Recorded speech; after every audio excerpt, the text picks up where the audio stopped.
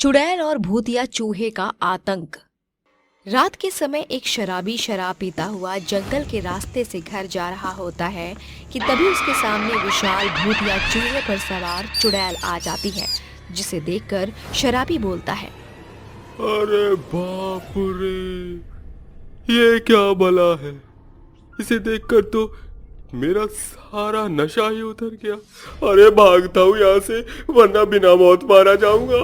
जिसके बाद शराबी वहां से भागने लगता है। तभी चुड़ैल और भूतिया चूहा उसे घेर लेते हैं और चुड़ैल बोलती है, अपनी मौत से भला आज तक कोई बच पाया है जो तू बचने की कोशिश कर रहा है मूर्ख इंसान। और तूने मुझे बहुत दौड़ाया, अब देख उसकी सजा मैं तुझे कितनी खतरनाक देती हूँ। छोड़ दो मुझे, मत मारो, जाने दो मुझे यहाँ से, बचाओ बचाओ। इतने वीराने में कोई तुझे बचाने वाला नहीं आने वाला। अब तू मरेगा, मरने के लिए तैयार हो जा। इतना बोलकर चुड़ैल उसकी गर्दन को अपने हाथ से उखाड़ देती है, जिससे शराबी की वहीं मौत हो जाती है। जिसके बाद चुड़ैल और भूतिया चूहा उसके मांस को नोच कर खा जाते हैं। इस हादसे को भी कुछ दिन बीत जाते हैं। ऐसे ही एक दिन की बात है। उस रात मोहन और गोपाल बाजार में सब्जियां बेचकर घर लौट रहे होते हैं। तभी मोहन बोलता है, ये सरकार को क्या होता जा रहा है, दिन प्रतिदिन महंगाई बढ़ाते जा रहे हैं। अगर ऐसा ही रहा तो गरीबों को भूखे ही मरना पड़ेगा, क्योंकि वो इतनी महंगी सब्जियां और अनाज नहीं खरीद सकते। क्या तो तू सही रहा है, लेकिन हम कर भी क्या सकते हैं। अब जल्दी जल्दी कदम बढ़ाओ, घर भी पहुंचना है। जिसके बाद वो दोनों अपने घर की तरफ बढ़ने लगते हैं। तभी अचानक से उनके सामने चुड़ैल और भूतिया चूहे आ जाते हैं और चुड़ैल बोलती है, इतनी भी क्या जल्दी है घर जाने की, पहले हमारी भूख तो मिटा दो, फिर चले जाना। अपने सामने चुड़ैल को देखकर दोनों बहुत ज्यादा डर जाते हैं और दोनों चुड़ैल से बोलते हैं, मत मारो हमें, हमने तुम्हारा क्या बिगाड़ा है, जाने दो हमें यहाँ से।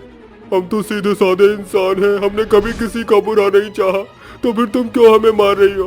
भगवान के लिए हमारी जान बख्श दो। मैं तुम्हारी इन इंसानी बातों से नहीं पिघलने वाली बेवकूफ इंसानों, तुम्हारी मौत मेरे ही हाथों लिखी है। इतना बोलकर चुड़ैल उन दोनों की गर्दन पर अपने नुकीले नाखून से वार करती है और उनकी गर्दन को धड़ से अलग कर देती है।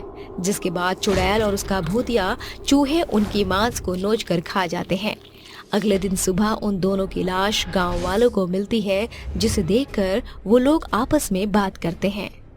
कुछ समझ नहीं आ रहा कि गांव के लोगों को कौन मार रहा है, और आखिर कब तक हम इन समस्याओं को झेलते रहेंगे। बहुत हो गया, अब हमें इसका समाधान ढूंढना ही होगा। हाँ, सही कह रहे हो तुम। अगर अब हम लोगों ने कदम नहीं उठाया तो कहीं देर न हो जाए। इसलिए मैंने सोचा है कि आज ही हम तांत्रिक बाबा के पास जाएंगे और उन्हें गांव में घट रही घटनाओं के बारे में बताएंगे। जिसके बाद वो दोनों तांत्रिक बाबा के पास जाते हैं और दिनेश बाबा से बोलता है, बाबा, पिछले कुछ दिनों से हमारे गांव में बहुत ही अजीबोगरीब घटनाएं घट रही हैं।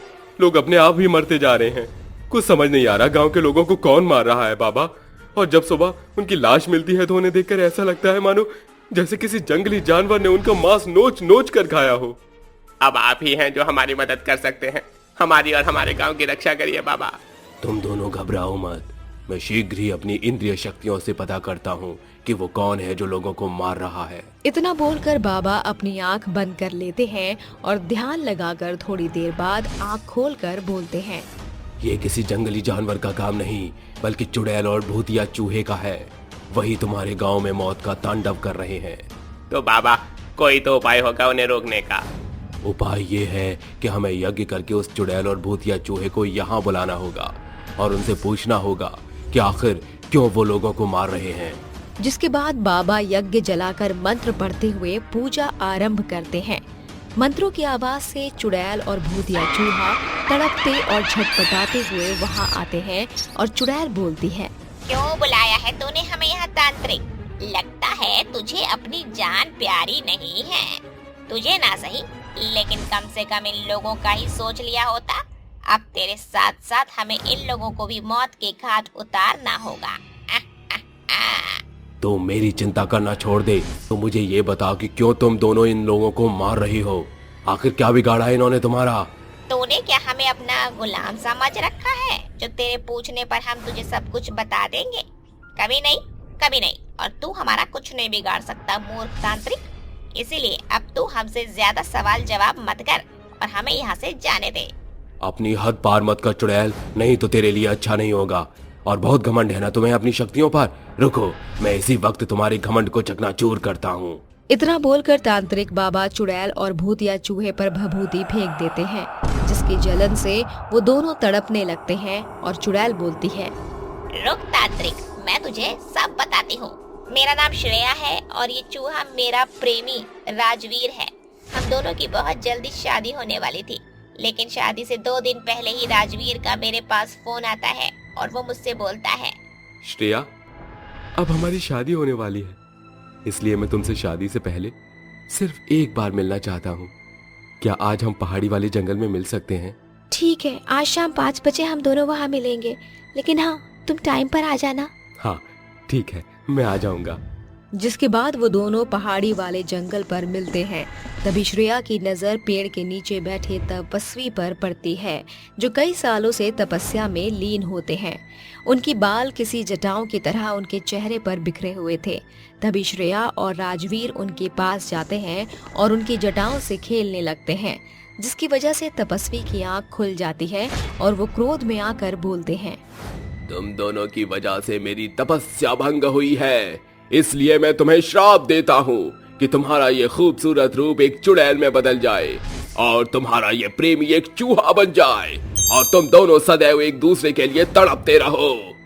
हमें क्षमा कर दीजिए तपस्वी जी।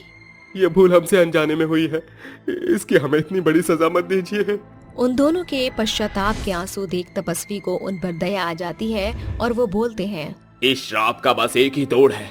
अगर कोई इंसान तुम्हारे लिए लाल घाटी से वो चमत्कारी पत्थर लाकर तुम्हारे माथे पे चिपका दे तो तुम्हारा सारा श्राप खत्म हो जाएगा और तुम फिर से अपने असली रूप में वापस आ जाओगे। इतना बोलकर तपस्वी वहाँ से गायब हो जाते हैं। और तभी से हम इस श्रापित रूप से लोगों को मार रहे हैं। अगर आप हमारी मदद करें तो हम श्राप मुक्त हो जाएंगे और गांव में मौत का तांडव बंद हो जाएगा। कृपया करके हमारी मदद करिए। ठीक है, हम तुम्हारी मदद करेंगे। जिसके बाद तांत्रिक खुद लाल घाटी जाते हैं और वहाँ से वो चमत्कारी पत्थर लेकर आते हैं और फिर उन दोनों के माथे पर डाल देते हैं। जैसे ही पत्थर उनके माथे को छूता है, वैसे ही वो दोनों अपने इंसानी रूप में आ जाते हैं और वो दोनों तांत्रिक बाबा से बोलते हैं, बहुत बहुत शुक्रिया बाबा, आपने हमारी इतनी मदद की। हम आपका ये एहसान जिंदगी भर नहीं उतार सकते।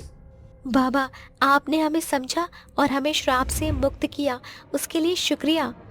और अपने अहंकार में आकर जो बदतमीजी मैंने आपके साथ की, उसके लिए मुझे क्षमा कर दीजिए। मैंने तुम दोनों को पहले ही माफ कर दिया था। अब तुम यहाँ से जाओ और अपनी नई जिंदगी की शुरुआत करो।